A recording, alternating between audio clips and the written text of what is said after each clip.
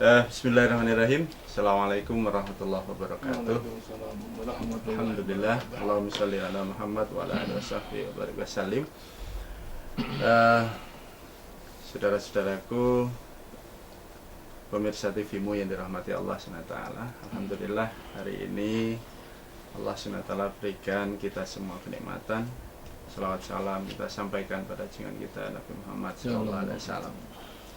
Alhamdulillah siang hari ini pada kesempatan kali ini kita kedatangan tamu yang sangat luar biasa, Prof. Marzuki. Ya. Selamat datang, Prof. Assalamualaikum warahmatullahi wabarakatuh. Warahmatullahi wabarakatuh. Gimana kabarnya, Prof? Di dalam kondisi COVID ini, kira-kira aktivitas apa yang dilaksanakan dengan kesibukan yang ada sebagai seorang pemimpin organisasi Persyarikatan Muhammadiyah di dalam kondisi saat ini, Prof? Ya, alhamdulillah sehat selama mengikuti protokol kesehatan dengan banyak di rumah. Ya. Segalanya dikerjakan di rumah, segalanya dibaca dari rumah, ya, diperintahkan dari rumah, ya. Tapi beberapa waktu sudah mulai bergerak juga ke sasaran, gitu ya. Tapi semua tetap kita masih dalam kondisi ya Muhammadiyah harus melopori, mencerdaskan dan mencerahkan suasana yang COVID ini, gitu ya.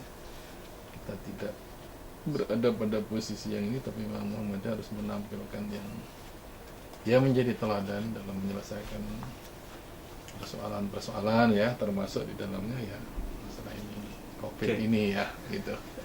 Ya, semua menjadi bagian dari pembelajaran, gitu. Insya Allah. Ya. Jadi memang ada hal-hal yang ingin kita diskusikan, Prof. Ya. Karena kita memandang bahwa Prof Mar ini kan setiap menyampaikan ya dalam seminar atau dalam kajian-kajian selalu berbicaranya visioner ini, Prof. Nah, hari ini kita bicara visi bangsa, gitu kan, yang itu tertuang dalam Pancasila, gitu, Prof.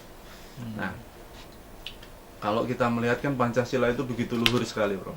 Ya, dengan nilai ketuhanannya, nilai kemanusiaan, persatuan, kemudian musyawarah dan keadilan. Nah, sebagai Prof memandang Pancasila itu saat ini seperti apa, Prof? Untuk bagaimana membangun sebuah masyarakat yang lebih baik. Karena saat ini kan banyak terjadi dengan Pancasila malah terjadi konflik yang seharusnya Pancasila itu sebagai pemersatu. Gimana, Prof? Iya, pertama Pancasila ini kalau kita lihat dari sisi value, ya, maka sebenarnya value yang kita bisa ungkapkan dari Pancasila itu ya nilai-nilai yang diyakini dan hidup serta dipraktekkan oleh bangsa kita ini, ya. Baik dari zaman pra penjajahan sampai zaman penjajahan Belanda, penjajahan Jepang, awal kemerdekaan sampai merdeka, sampai reformasi, habis reformasi ini, gitu ya. Ini kalau yang namanya value, ya value tetap value, ya. Tapi cara pandang terhadap value ini barangkali yang perlu kita telaah kembali, ya. Karena setiap generasi mempunyai cara pandang yang berbeda, ya. Setiap generasi punya tingkat perkembangan instrumen untuk menerjemahkan nilai, untuk mengembangkan nilai, mengaplikasikan nilai yang berbeda. Ya, karena itu yang perlu kita jaga adalah kelestarian nilainya. Ya, karena Pancasila dalam pandangan bangsa Indonesia itu adalah nilai yang telah diyakini kebenarannya untuk dijadikan dasar negara. Telah disepakati, gitu ya, telah diakui oleh dunia bahwa negara Indonesia itu dibangun atas dasar Pancasila. Tapi kan persoalannya tadi, apakah nilai-nilai yang tadi bergerak ya dalam dimensi waktu yang ini, apakah mengalami degradasi, apakah mengalami kemerosotan, atau malah peningkatan yang tinggi, semua tergantung pemberi maknanya gitu dan pemanfaat makna itu ya. Karena menurut saya konsep-konsep value itu sebagai hakikat itu sangat bahasa lebih, kalau lebih cenderung dikatakan permanen, cenderung permanen gitu. Yang berubah itu kan cara memberi makna gitu, cara memberi makna gitu. Dan maknanya sudah akan menjadi berubah buat orang yang memberi makna, karena makna itu ada pada orang, bukan ada pada nilai Pancasila gitu.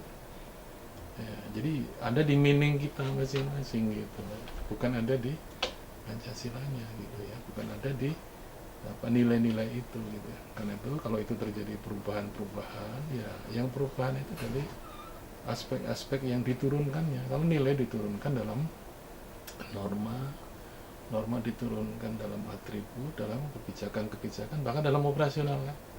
Nah itu kan yang selalu berubah kan di unsur itu gitu. Nah, kenapa berubah? Karena cara memandang nilainya berubah gitu.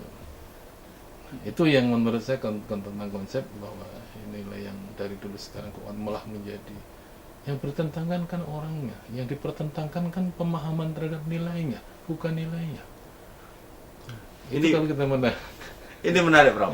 Kan sekarang ini yang mohon maaf gitu, umat Islam sendiri kadang mempertentangkan gitu Prof ya, terkait masalah Pancasila. Bahkan ada yang sampai mengatakan bahwa Pancasila itu tauhid, kemudian ada yang sampai menolak dan segala macam. Nah, sebenarnya mungkin di sini perlu pelurusan ya, karena ini tadi kan bicara nilai. Kalau nilai itu kan semua orang mengakui ya Prof ya, semua mengakui bahwa nilai kebaikan itu agama apapun akan mengakui. Nah, kira-kira persinggungan Pancasila dengan Islam itu sendiri seperti apa Prof? Ini ya, nilai itu kan mempunyai kadar kebenaran. Nah, kalau nilainya itu transenden, maka kebenarannya itu mutlak. Surga neraka, ada surga nggak? Percaya nggak? Ya. Sudah mutlak, tunggu aja. Nggak usah dibuktikan, tunggu. Nah, saya nggak kalau bumi itu bulat, nggak bisa buktikan, bisa dievaluasi, bisa di survei. Ya, ini bumi ini nanti akan retak nggak? Ya kita lihat lempengannya posisinya seperti apa, bisa ditembus. Kan dua perkara yang nggak bisa ditembus, Dzatullah dan Maruh. Ya. Semua dimensi kognisi. Nah, kalau yang kita telurkan dari kognisi, maka kebenaran nilai kognisi itu ya hanya probability. Probability itu kemungkinan. Mungkin benar, mungkin salah. Gitu. Apalagi yang kebenarannya hanya keyakinan orang per orang. Kalau ilmiah, yang standar ilmiah hanya probability, apalagi hanya adat sampean, adat saya berbeda. Adat sampean mengatakan nggak boleh, adat saya mengatakan boleh. Ya boleh hanya benar menurut komunitas kecil yang ada di, itulah yang disebut dengan free will. Nah sekarang kalau kita katakan Pancasila itu nilai apa? Nah produk apa? Kalau produk pikir manusia, produk pikir dan dalam kehidupan, ya kemungkinan probability-nya juga ada gitu loh. Tapi karena tingkatannya di value, itu kemungkinan berubahnya kan nggak sedangkan di instrumen. Ya betul. Apakah di fakta gitu ya. Nah, sekarang kita tinggal memandang apa? Kalau Pancasila itu hanya sebuah instrumen fakta, ya sudah, besok aja bisa berubah. Dan yang paling penting adalah nilai kesepakatan. Nah, kalau nilai kesepakatan, seberapa besar kesepakatan kita? Seberapa kuat kita menyepakati? Itu yang menyebabkan mau berubah apa enggak. Nah, kalau orangnya berubah berganti kan variabel fluktuasi kesepakatannya berubah. Iya kan? Iya. Orang yang menyepakati unsurnya orang berubah karena meaningnya berubah. Nah, kalau tadi mempertentangkan Islam dengan Pancasila, ya apple to apple dong kalau membandingkan. Ya kan? Iya. Sama dengan kasus ya, ketika ini kasus jilbab sama konde, saya bilang jangan dipertentangkan. Jilbab perintah agama, konde perintah budaya. Bentur dalam konteks ini, tapi dalam perintah agama itu dapat dilakukan dengan model budaya-budaya tertentu. Jilbabnya orang Jogja sama nggak dengan jilbabnya orang Arab? Ya nggak sama. Kenapa? Model menutup auratnya orang Jogja berbeda dengan model menutupnya orang ini. Ya itulah mode. Nah kalau mode itu budaya, gitu loh. Iya. Tapi menutup aurat itu hak, gitu loh, value yang mendasar gitu, yang transenden, gitu loh mas. Soal nutupnya dari samping, dari ini warnanya, ya, jilbabnya artis ini berbeda sini, ya hakikat nutup auratnya muncul belum? Gitu. Kalau belum ya belum benar berarti gitu. Walaupun kelambrah sampai sini, tapi masih ada aurat yang kebuka. Nah itulah, ini makna-makna yang harus kita harus kita dalami, sehingga kita juga tidak mudah berbentur. Jangan cakap ayam sama ite gitu. Yang satu wek, satu petok, nggak akan pernah ketemu. Ya, ini contoh ya. Jadi bisa kemungkinan terjadi salah. Persepsi, mispersepsi, tabrakan persepsi kan bisa terjadi terhadap nilai. Kalau secara historis itu, secara historis itu kan kita melihat Pancasila itu yang merumuskan banyak tokoh-tokoh Muslim, gitu, ya. Kira-kira sebenarnya kan dominasi nilainya memang lebih banyak dominasi nilai-nilai Islam itu, Prof. Mungkin bisa dijelaskan itu, Prof. Iya. Saya kira dari perspektif Islam ya, nilai-nilai yang ada di Pancasila, bila kita gitu ya rujuk ya, ada beberapa, bukan dicocokkan ya. Iya. Saya yakin ini satu tuangan pikir dari orang yang memang faham nilai, maka muncul itu. Ya, saya kira ketika atas berkat rahmat Allah yang maha kuasa dan didorongkan oleh keinginan luhur, itu budi yang keluar dari siapa? Jadi orang yang faham bahwa apapun yang kita kerjakan semua rahmat Allah. Dari situ, saya belum lihat dari tek-tek berikutnya gitu. Dari awal situ aja kita sudah bisa melihat bahwa ini seorang yang faham tentang nilai-nilai Islam yang akan dituangkan dalam berhubungan sosial gitu, berkebangsaan, bernegara gitu. Sehingga dengan kondisi yang pluralis seperti ini, bagaimana Islam bisa diterima dalam konteks bahwa ketika masing-masing nanti mengembangkan nilai-nilai transendennya dalam ada ruangnya gitu loh. Nah ruangnya ya diakui oleh nationnya itu gitu loh. Sehingga keberagaman seorang itu bukan karena diberi kesempatan untuk beragama, tapi memang dia mau menciptakan wadah untuk ada perlindungannya gitu. Ini yang bahasa saya, ini sesungguhnya adalah kesadaran yang disengaja untuk diciptakan dalam konteks negara yang multi atau pluralis ini gitu. Sehingga muncullah kalimat ketuhanan. Kalau kita memang mencoba memasukkan dengan dia piagam Jakarta juga jelas di situ dengan kewajiban menjalankan.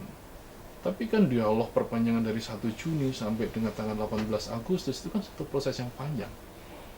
Membangun suatu kesadaran kolektif gitu ya, yang untuk membangun kolektivitas berbangsa. Saya kira ini yang harus dihargai. Dan itu kita terjemahkan lebih jauh lagi. Sekiranya saat itu dari komunitas penyelenggara bangsa itu kasarnya voting aja bisa benar. Iya. Tapi mungkin tidak akan terjadi negara kesatuan Republik Indonesia seperti ini. Gitu loh. Ya kita bisa berhitung aja dari di situ sudah.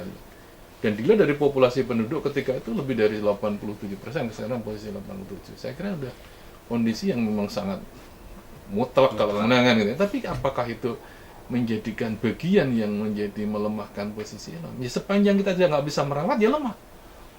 Sepanjang kita nggak bisa merawat itu yang sudah kita ciptakan itu, ya kita lemah, gitu ya.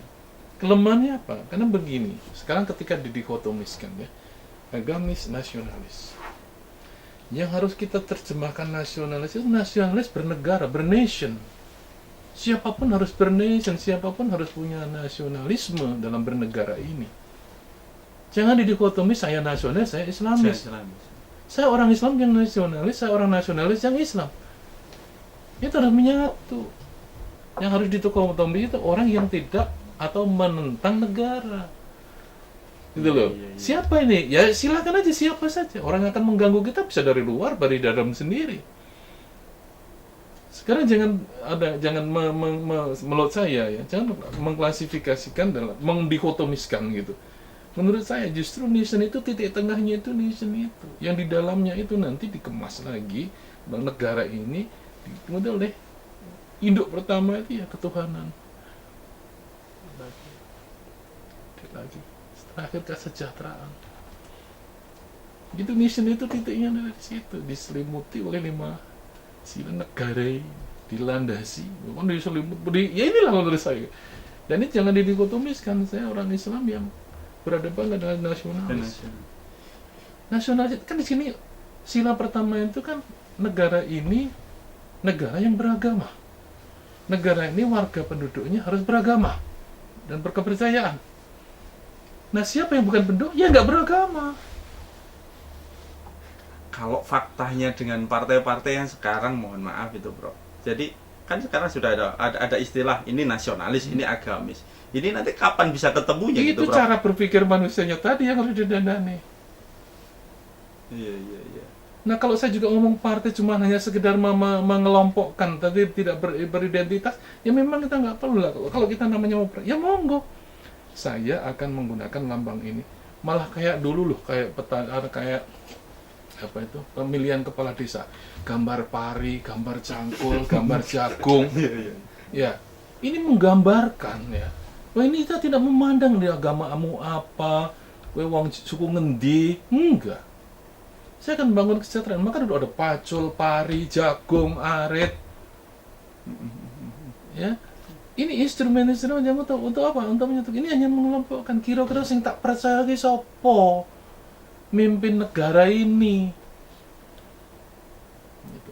Nah kalau Pak kan orang Islam, ya kalau memang sampean akan menggunakan Islam itu ya sah-sah saja kok.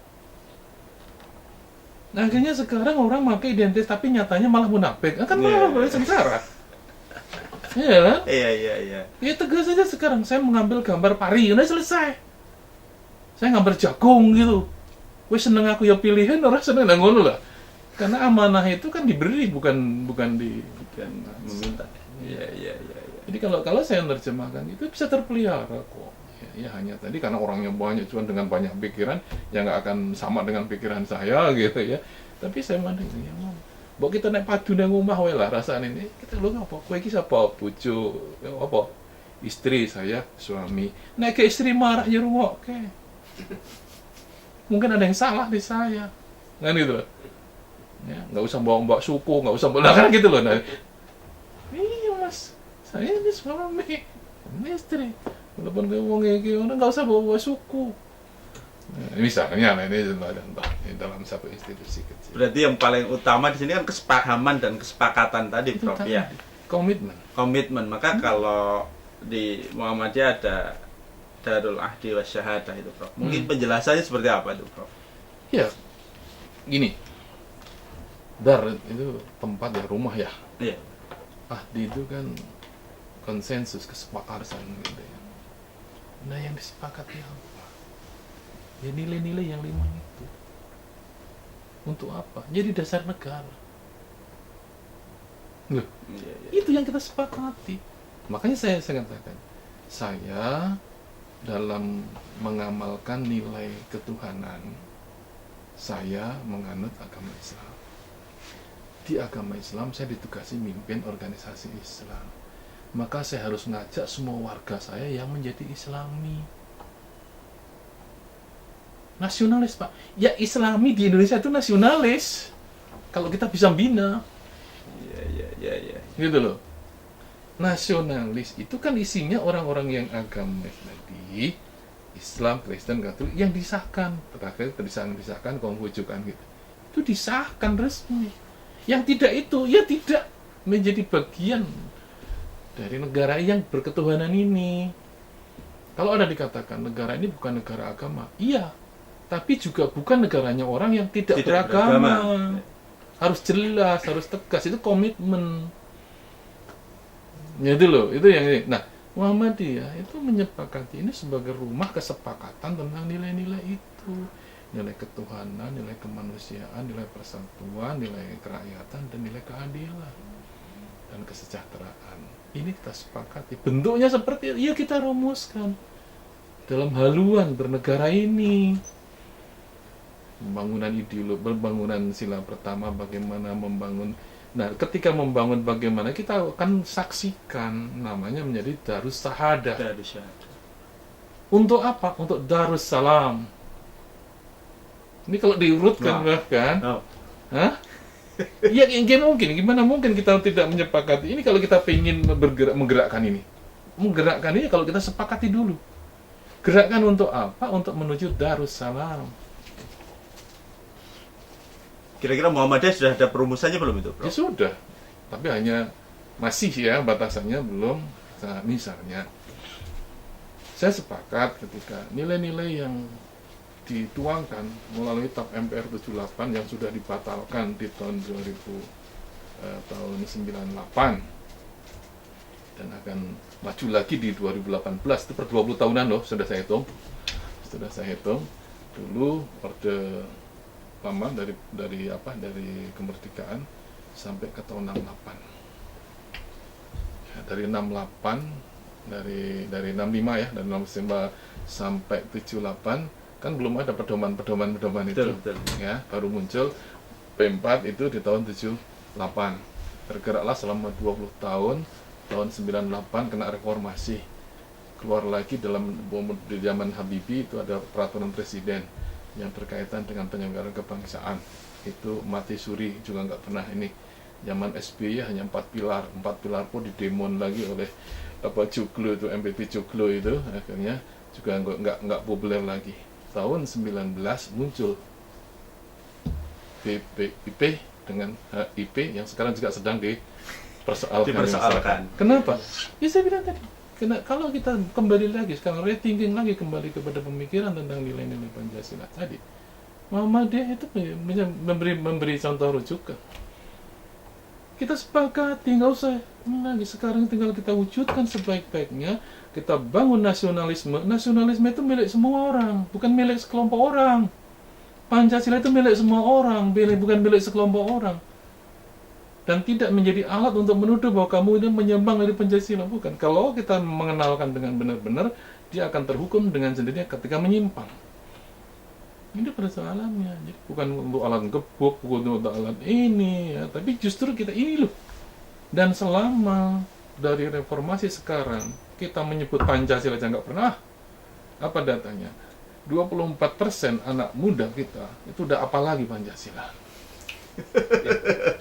Itu kalau zaman saya dulu ada lomba hafalan Pancasila itu ending dari program-program yang namanya mencerdaskan P4 itu kan, itu memang. Nah, dari situ nilai itu diturunkan, kemudian diimplementasikan. Bahwa modelnya sekarang lain, ya monggo kita sepakati. Modelnya yang lain, tapi nilai kan nggak berubah. Iya. Tapi kalau sudah nilai mau ancang-ancang mau berubah, nah orang juga akan jelas melihat gitu ya. Kepentingan mengubah. Entah siapapun dari yang kan mengubah Indonesia itu bukan hanya orang yang disebut ekstrim kiri, ekstrim kanan, apalagi yang terlalu kanan disebut, apalagi yang enggak, saya kira banyak Mas mengganggu kita ini melalui gangguan ekonomi.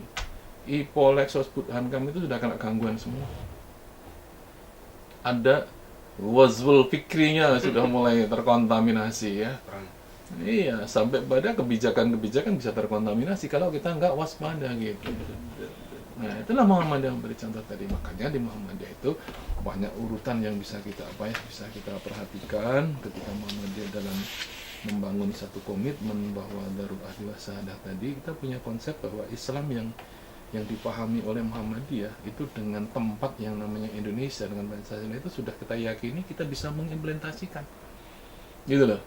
Kita tidak ingin kita tidak bahasa saya itu di kenyataan yang telah kita sepakati ini gitu. Kita harus ciptakan tantangan-tantangan jadi peluang gitu loh. Peluang untuk apa? Yang menciptakan masyarakat Islam yang sebenar-benarnya menurut konsep pemikiran Muhammadiyah. Apa sih yang dimaksud dengan Islam yang sebenarnya? Kita mau bangun apa? Bangun ekonomi. Sekarang ekonomi yang sebenarnya menurut konsep Islam yang seperti apa? Ya. Kalau saya sudah katakan, rukun Islam gitu, syahadat, sholat, puasa, zakat, puasa, zakat. Kenapa ada zakat? Saya katakan, kalau premis utama orang berusaha itu zakat, ya, maka bekerja itu akan lebih terdorong sebagai ibadah. Tapi kalau zakat itu efek dari produksi, maka kepelitan ya kan muncul. Saya harus berzakat 100.000 bulan ini. Karena ini rumus ibadah yang dihitung dengan kalkulasi nominal kan hanya zakat. Ya. Makanya saya harus berproduksi minimal 4 juta. Bahwa saya baru masuk standar ibadah yang namanya zakat dan masuk di rukun. Gitu loh. Yeah. Nah, bahwa nanti saya ingin memberikan yang lebih banyak itu namanya bukan zakat. Sudah standar lain, standar lain dan hukumnya sudah lain kan. Zakat masuk ke wajib gitu, mungkin sedekah mungkin sudah sunat, tapi mungkin karena Allah menjanjikan sedekah yang itu bisa berlipat gitu, mungkin akan lebih semangat lagi gitu ya. Oke. Nah, itu kalau kita bisa patrikan lebih jauh, justru sekarang ketika kata khudz min amwalikum, nggak usah dikhud lagi, udah pasti setor karena sudah menjadi motivasi. Nah ini yang masih panjang mas perjalanan. Kita kenalkan ada konsep bank syariah aja masih malah mencemooh. Bank syariah paling cendelannya aja, paling gini aja. Nah ini berarti kita nggak ingin membangun.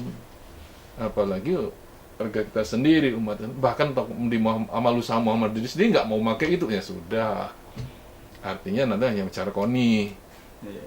Kita hanya bisa ngajar ngomong-ngomong tapi nggak mau lakoni. Nah, yang dibutuhkan adalah sekarang komitmen bahwa ini Islam itu bisa berkembang. Ketika kita baldatun thayyibatun wa rabbun ghafur, itu justru malah gimana kita bisa menghadirkan Islam rahmatan lil alamin yang dapat dinikmati oleh semua yang bukan Islam. Kan gitu. Itu loh. Nah, persoalannya kan uang itu kan ya karena yang musuh ya kita sendiri. Ya, karena gagalnya ekonomi Islam ya karena memang Islam sendiri yang nggak mau kok. Jangan nyalahin orang lain gitu. Oh ini salahnya orang sekelompok. Ya karena sampean nggak mau pinjam di bank lah.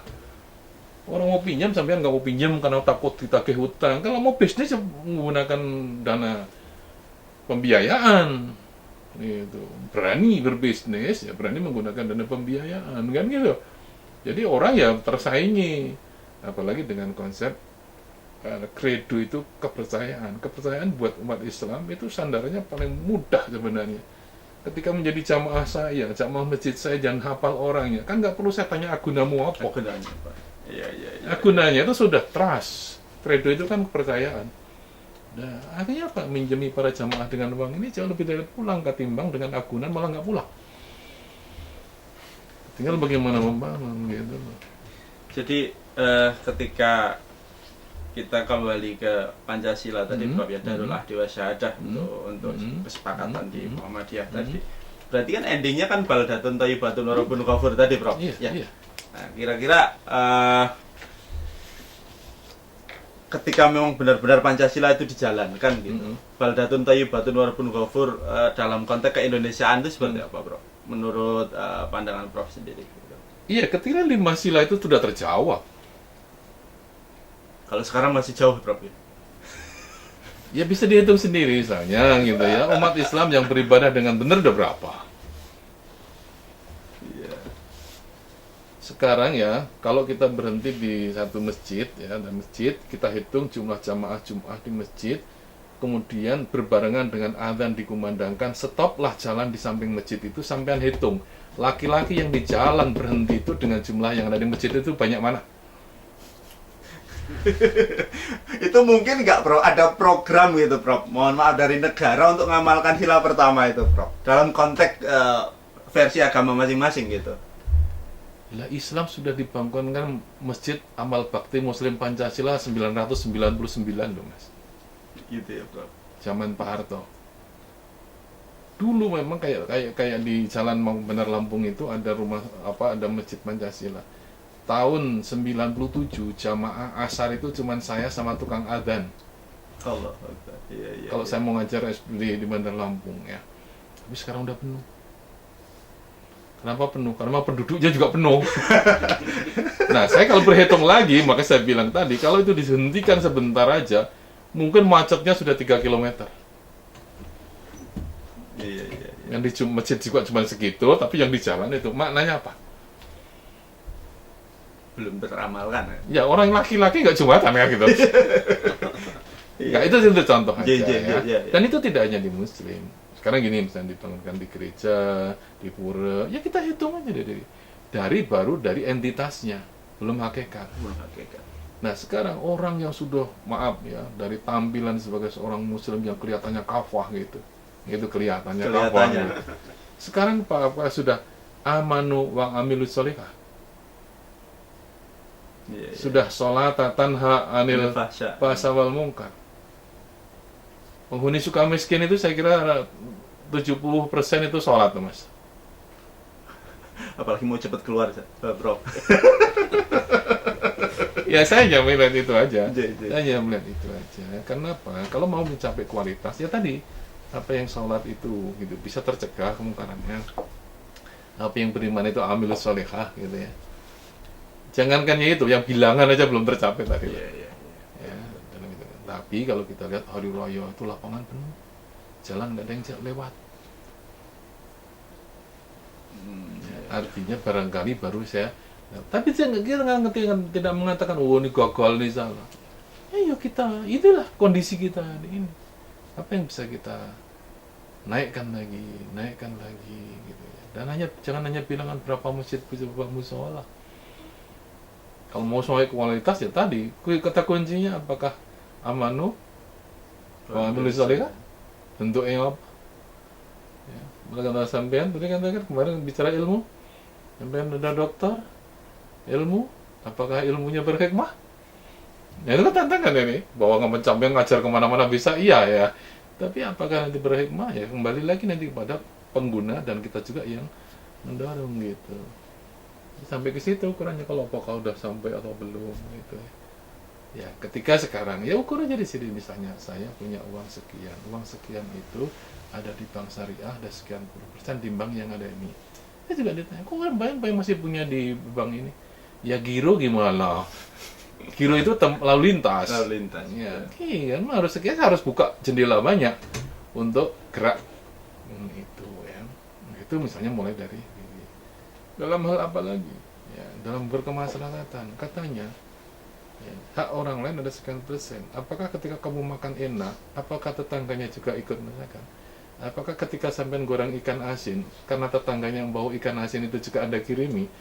Saya kira lebih makin kecil ininya ya, apa kelihatan nominalnya atau mungkin, tapi maknanya tinggi kan. Kalau itu bisa diimplementasikan. Itulah barangkali tanda-tanda apa kemajuan kita. Ya kembali di berbangsa tadi, apakah menurut ukuran kita sudah tercapai? Ya kita lihat keadilan sosial kita udah ada. Kerakyatan yang dipimpin oleh hikmah. Sekarang ini kerakyatan yang dipimpin oleh orang yang meminta jadi memimpin. Kan jadi kita. Bukan kerakyatan dipimpin oleh orang yang saya beri amanah ini. Ya, apalagi yang memimpin itu tidak menggunakan hikmahnya. Kenapa? Dia pintar, tapi ya hanya dengan kepintarannya, tidak dengan hikmah kepintaran. Mungkin perlu dijelaskan itu Prof, hikmah ini. Jadi nanti para politisi juga paham itu Prof. Gini, oke. Apa hikmahnya ketika Allah memerintahkan untuk memotong sapi betina. Sebaik mau Allah. Ternyata bukan sekedar. Karena kenapa sapi sampai di yang lebih tinggi akan terputus satu daripada yang namanya ya, zaman Nabi ya. Cara peribadatan dengan objek yang seperti itu, sehingga ada perubahan di sistem keyakinannya. Padahal jadi pemerintah suruh motong sapi, perlu yang dijawab apa? Apa warnanya, warna besar apa? Sampai ke situ nggak kita? Kalau mengajarkan sesuatu, menyampaikan sesuatu. Jadi lebih tinggi maknanya. Jadi bukan ya sama dengan misalnya saya pemimpin. Motivasi untuk saya jadi pemimpin adalah to have. Saya sudah kehilangan sekian miliar. Nggak mungkin saya nggak akan balik ke uang. Ya, orang yang nggak kehilangan saja kalau motifnya to have itu untuk mendapatkan kok. Apalagi sudah kehilangan, pasti ingin menutup dan ingin mendapatkan. Jadi lebih. 2 kali lipat. Nah, tapi kalau itu amanah diberikan, lu sampean aja, waduh saya nggak mampu. Kami mendaulat sampean. Berarti saya diberi. Ya kalau sudah didaulat, artinya sepenuhnya kan, tolong bantu saya, kontrol saya, ini saya. Sehingga saya akan menjalankan dengan sebaik-baiknya. Berarti apa? Motifnya menjadi to be. Dalam bahasa ilmiah, bergesernya dari to have menjadi to be, itu sudah menggeser dari, kalau dari ilmunya, dari kitab wal hikmah. Jadi sudah naik gitu loh, Mas. Ya memang angel dijelaskan begitu bahasa Tuhan. Bahasa Tuhan seperti yang saya pahami gitu ya. Ya ini memang angel. Jadi kebab jangan kata hikmah ini bahan-bahan hikmahnya terus warak. Bukan itu. Warak itu konsekuensi orang makan. Konsekuensi. Akibat. Setelah saya warak, mangan jam 11:30 bengi, warak kok turu, nah itu namanya mangan gak berhikmah. Kenapa saya jam 11:30 masih makan nasi goreng tadi malam? Karena masih melek, harus mikir, ngitung, baru jam 11:30 baru berhenti. Berarti 1,5 jam sampai 2 jam saya masih melek. Artinya makan saya berhikmah. Sampai ke situ enggak kita mikir. Saya orang besar, saya pejabat, saya posisi menjadi terhormat, menjadi orang gede. Tapi hikmahnya apa? Membesarkan yang kecil. Orang yang kecil-kecil itu dinaikkan, dibesarkan, ayo ditokohkan, ayo diperankan. Baru itu orang pembesar. Bukan malah memperbesar. Orang besar yang memperbesar dirinya, bukan membesarkan. Orang pintar yang minterkan. Gitu loh, Mas. Itu berhikmah itu karena minterkan orang, memberi kesempatan orang untuk maju. Oh, saya sudah dapat keuntungan ini, ayo sampean, ayo. Dia nggak selesai, ya saya bantu selesaikan. Nah itu baru makna yang itu sama dengan kamu naik pangkat ya, udah wani piro kan, ya nggak, itu bukan berhikmah gitu ya. Buat dia iya memperkaya, memperbesar gitu ya. Tapi kok sampai berapa nih, sudah berapa tahun kok nggak naik pangkat om? Apa yang salah? Ayo coba dipanggil ini, ya dibantu. Nah itu berhikmah. Itu yang namanya Azizul Hakim. Jadi menerangkan ya kayak gitu, Mas. Mau diterangkan ya kayak mana ya.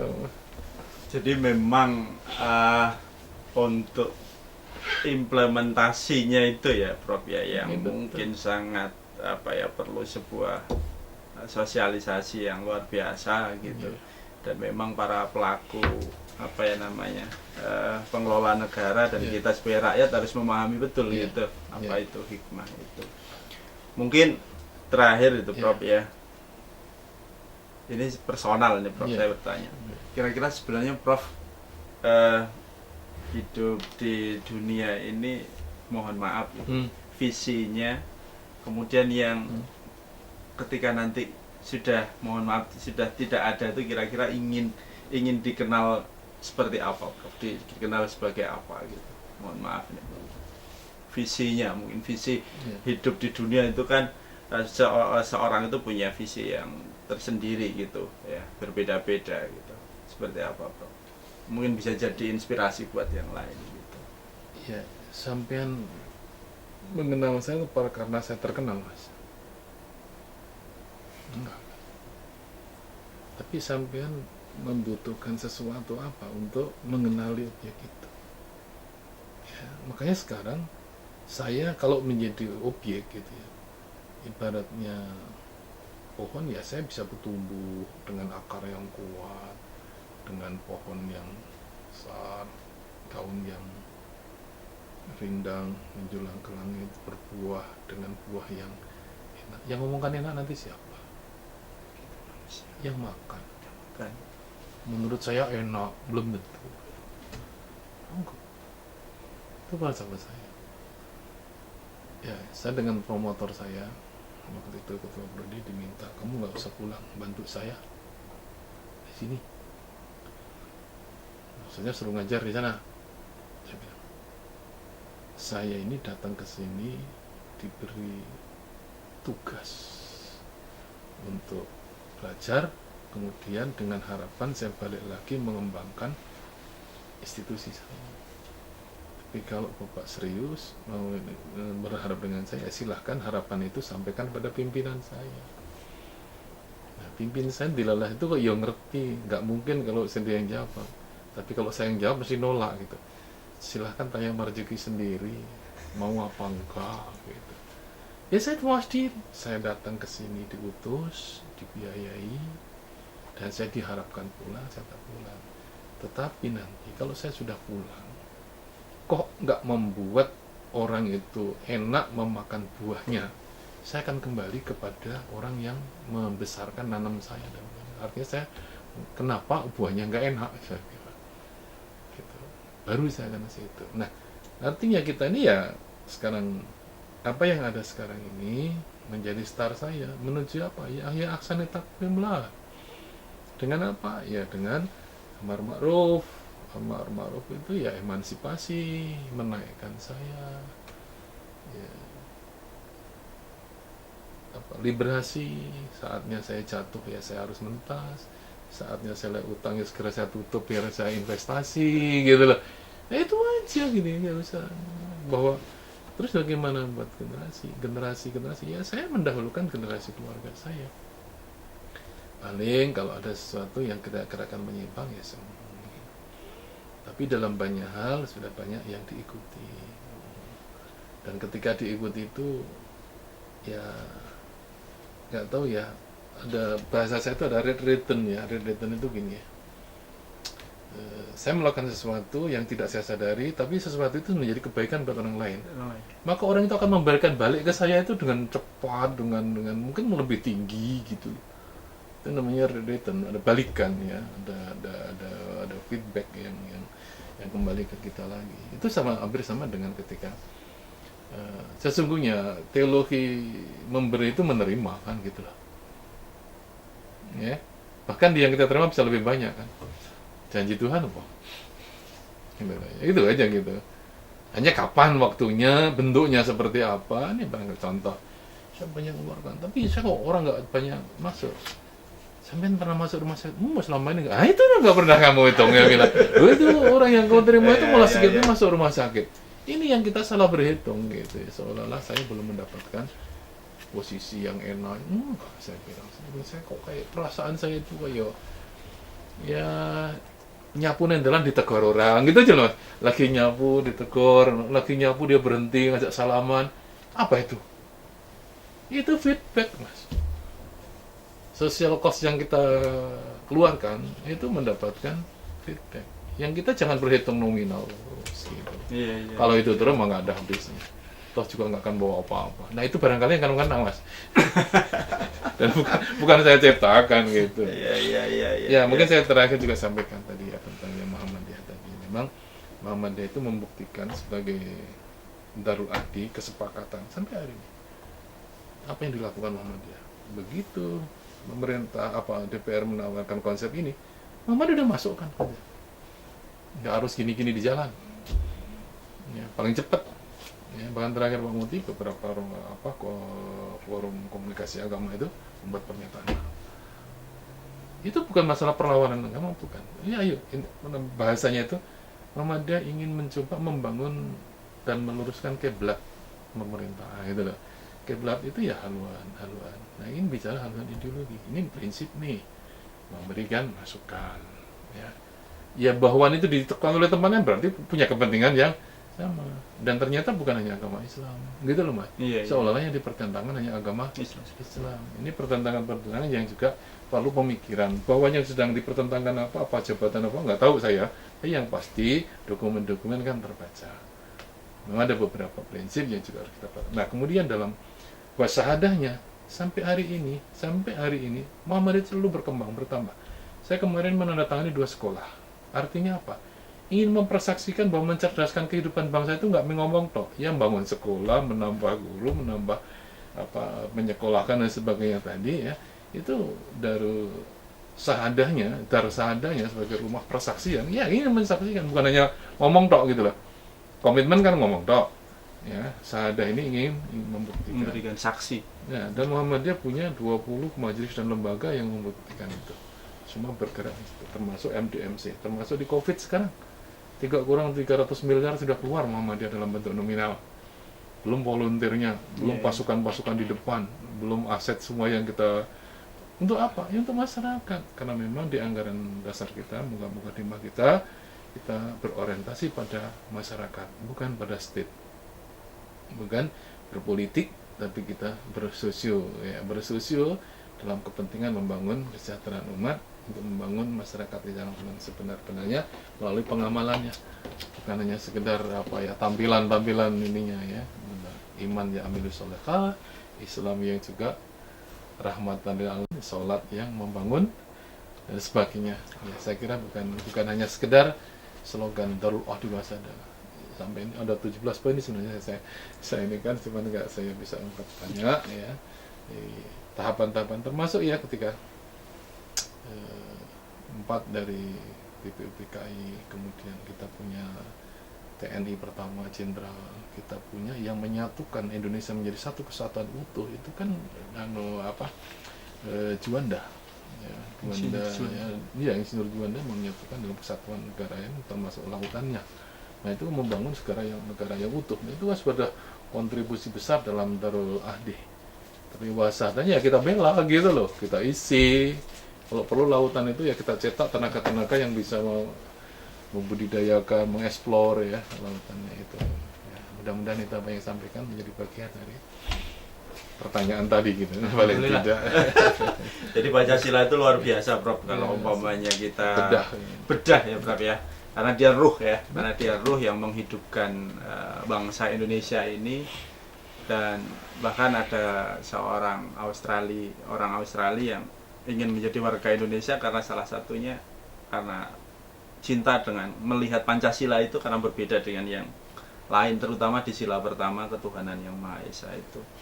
Jadi kata kuncinya kita terus harus belajar sepertinya dengan Pancasila ini, dan nanti juga mungkin pada kesempatan yang lain ini bisa dilanjutkan, Prof. Karena memang kayaknya Pancasila penting ini ya.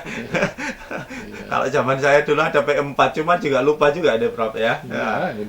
Sekian periode. Udah sekian periode dan bahkan terjadi perdebatan gitu kan, ya. Sehingga kalau dalam bahasa Al-Quran ada nasih mansuh gitu kan. Yang itu perlu perkembangan gitu, itu perlu perkembangan gitu. Nah, mungkin nanti bisa dilanjutkan lagi nih, Prof. Alhamdulillah ya, pertemuan pada kesempatan kali ini mudah-mudahan manfaat dan bisa memberi pencerahan kepada bangsa Indonesia, terkhusus masyarakat Lampung, tapi khusus lagi warga Persyarikatan Muhammadiyah. Terima kasih, Prof, atas kunjungannya. Kami ucapkan jazakumullah khairan katsiran, mudah-mudahan jadi ilmu pengetahuan buat kita semua. Saya akhiri, Ihdinas siratal mustaqim. Assalamualaikum warahmatullahi wabarakatuh. Waalaikumsalam warahmatullahi wabarakatuh.